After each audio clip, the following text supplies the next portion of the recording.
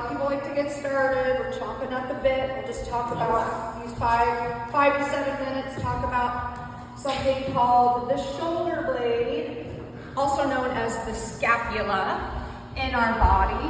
So who can point to where your shoulder blade is or your scapula? Yes, thank you, Ava. Thank you. So Kelly, this is my paper shoulder that I made. It actually took a lot longer than you can even realize. So this is the shoulder blade. I always say it looks like Africa. So in the very bottom tip of Africa is called Cape Town. So Kelly and I both say, pull Cape Town down, all right? And I've been to Cape Town. If you ever get the chance to go, it's one of the most beautiful cities in the world. Okay, so the shoulder, it's really, hard to understand what's happening on paper because we've got the shoulder blade that goes to the back, and then the shoulder blade has this coracoid process and the acromion process, which then go to your collarbone in front of the body. So this is the shoulder blade. Like if I'm gonna, this is a giant shoulder blade. So if I'm gonna push it into Kelly, she's got a giant shoulder blade now. The rotator cuff is made up of 4 muscles, and they spell, to remember it easily, they spell SITS, S-I-T-S. So come on over, guys, because I'm not going to repeat everything, and you'll be tested heavily. No, just kidding. Okay, so the 4 muscles, the subscapularis, we've got the infraspinatus, the teres minor, and then on the inside, we have the subscapularis. So I always try to remember things like linking it to something else. The supraspinatus, which on the top of the shoulder, I always visualize Superman flying on the top. So that's this muscle, and it's the most commonly injured muscle. So when people are like, I can't do this, it's usually this muscle that is torn. And then we've got this, we've got this infraspinatus and the teres minor. They kind of run together. And by the way, this is the humerus bone. Everything attaches to the humerus bone. And then at the very bottom, we were talking about yesterday, we've got this teres major bone, which kind of goes Cape Town muscle. What did I say? Bone. The teres major, which is not one of the rotator cuff muscles, but then it's kind of like it is now. So that attaches to Cape Town and also attaches to the humerus. So again, everything attaches to this humerus bone. And the subscapularis is on the inside. So if you can visualize that, on the inside also attaches here.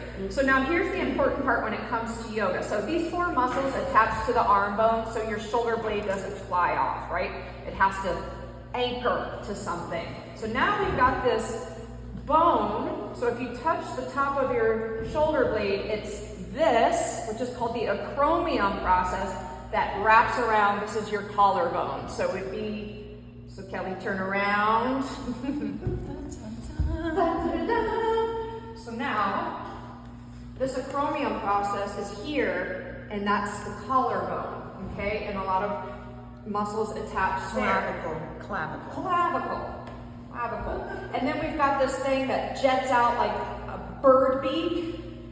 It's called a coracoid. I think in Latin, coracoid means beak or whatnot. So this coracoid process is kind of different on everybody.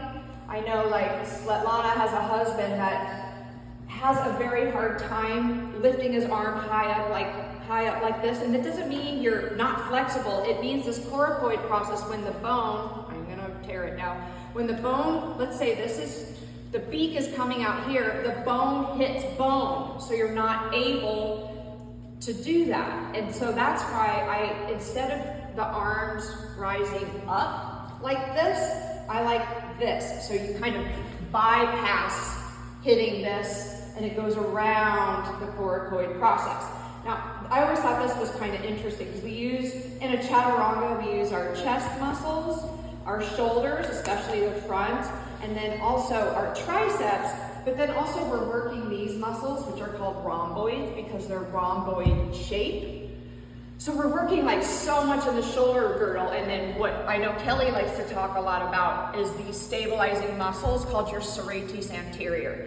And they attach on your first 9 ribs, and like you can see them oftentimes in someone that's really in shape for low body fat. It looks like 3 serrated knives, because you can't see the first 7, but the 3 wrap around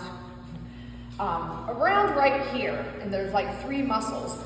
Even though you don't see the first 7, you see the last 3 that wrap around, and that's really important for this, wrapping the shoulder blade in, because this, you're winging out, is really bad. It's bad if you're doing handstands. Like this. Yes. So it's a really big muscle, but you can only see the last 3 because it's inside other muscles and attached to your ribs. Okay, so what's cool about the coracoid process, this thing, so as you can see, the shoulder blade is in the back of the body, but part of the shoulder blade attaches to things in the front of the body, a muscle called your pec minor. We all know what pecs are, right? Your chest.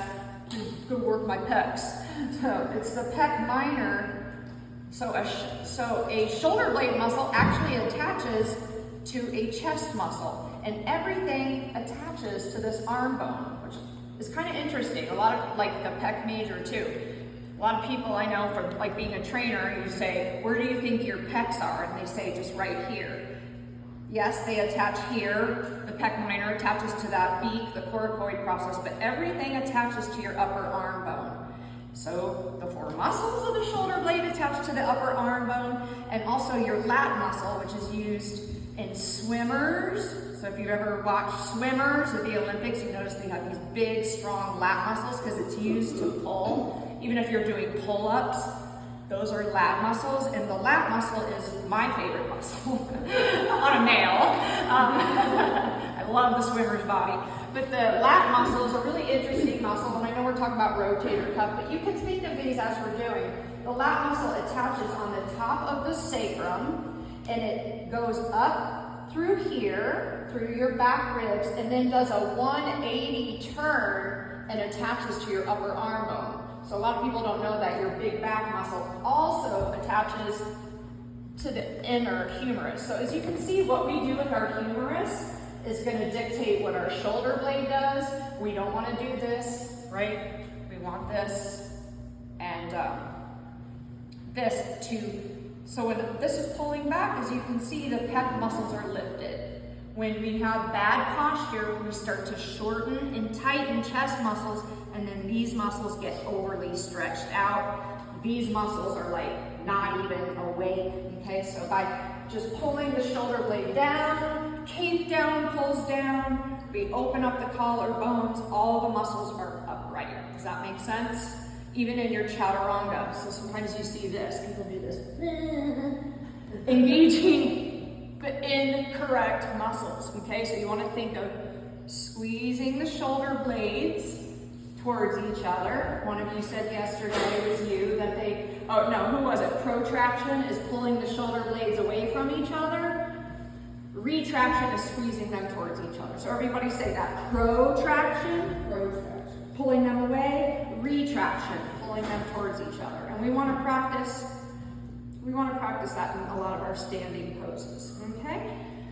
So, does anybody have any questions? Oh, also this top acromion process, the one that wraps around like a horseshoe, and it is your collarbone, or what did you call it? Clavicle. The most commonly broken bone, by the way. So we have our clavicle, our sternum, our humerus. So bones, you know, we have our skeleton, and then we kind of expand from there. So we have our bones, and then we have the muscles that attach to the bone, and the whole purpose of a muscle is to move the skeleton. If your muscles are doing the wrong thing, your skeleton's doing the wrong thing, and that's how you get injured, that's how you overuse things. So I'm not going to refer to these muscles individually, because they all kind of work together, and that's what you find in yoga. Everything's working together in harmony. Like, I'm a yoga person, and my sister, she used to be like a bodybuilder, and it's interesting how different we would train muscles. They would train one muscle group at a time, because they want the biggest bicep possible, they want the biggest tricep possible, and they just focus on one muscle at a time, which is the exact opposite of what we're doing. We're using all the muscles, we're using all the muscles together in harmony at the same time. So our planks, chaturangas, we're using serrates, we're using back muscles, we're definitely using chest muscles, triceps, all right? Lots.